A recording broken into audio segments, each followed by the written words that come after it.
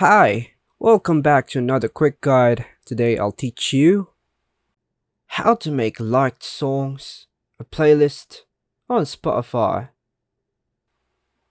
And it's literally an easy process, so make sure to watch until the end of the video to know how it's done. So now here's a general instructions based on the typical process. Step 1. Launch the Spotify app on your device. Step 2. Tap on your library at the bottom of the screen. In the library section, you should find like songs. Tap on it to view all the songs you've liked. Step 3. Press and hold on a song in the like songs list to initiate selection mode.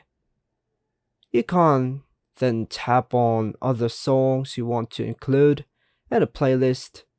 Alternatively, you might find a select or edit button on the screen that allows you to choose multiple songs. Step 4.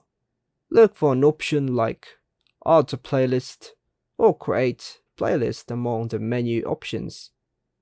So tap on it. Step 5. Give your new playlist a name. So this is only an optional. You can also add a description or cover image if desired.